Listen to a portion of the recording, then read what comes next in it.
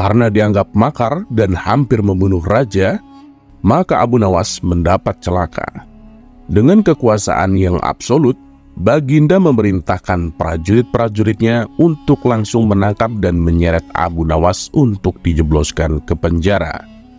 Waktu itu Abu Nawas sedang bekerja di ladang karena musim tanam kentang akan tiba. Ketika para prajurit kerajaan tiba, ia sedang mencangkul. Dan tanpa alasan yang jelas, mereka langsung menyeret Abu Nawas sesuai dengan titah Baginda. Abu Nawas pun tidak berkutik. Kini ia mendekam di penjara. Beberapa hari lagi kentang-kentang itu harus ditanam, sedangkan istrinya tidak cukup kuat untuk melakukan pencangkulan. Abu Nawas pun tahu bahwa tetangga-tetangganya tidak akan bersedia membantu istrinya, sebab mereka juga sibuk dengan pekerjaan mereka masing-masing. Tidak ada yang bisa dilakukan di dalam penjara kecuali mencari jalan keluar. Seperti biasa, Abu Nawas tidak bisa tidur dan tidak enak makan. Ia hanya makan sedikit.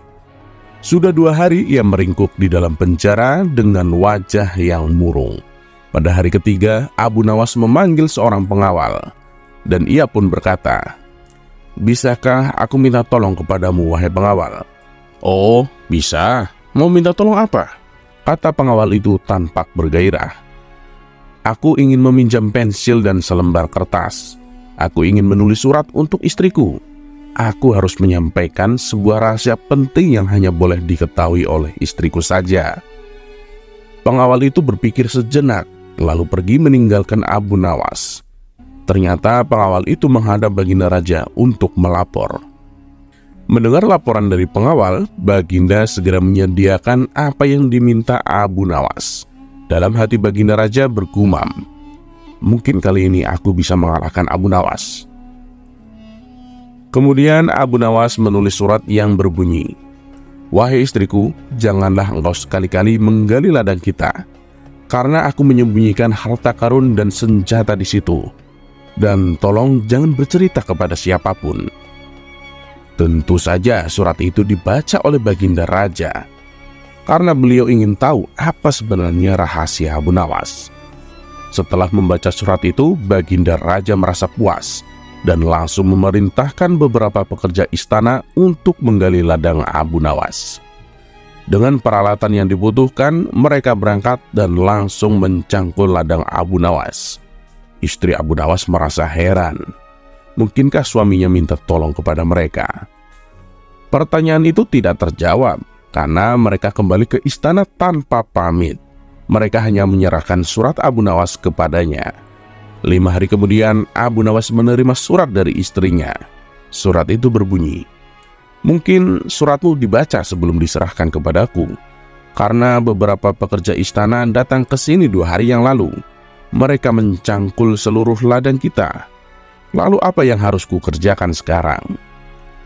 Rupanya istri Abu Nawas belum mengerti muslihat suaminya.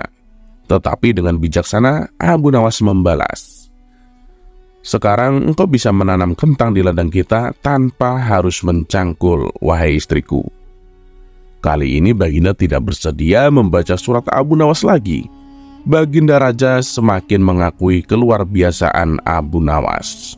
Bahkan di dalam penjara pun Abu Nawas masih bisa melakukan pencangkulan. Abu Nawas masih mengeram di penjara. Namun begitu, Abu Nawas masih bisa menyelesaikan pekerjaannya dengan memakai tangan orang lain. Baginda berpikir sejenak. Kemudian beliau segera memerintahkan sipir penjara untuk membebaskan Abu Nawas.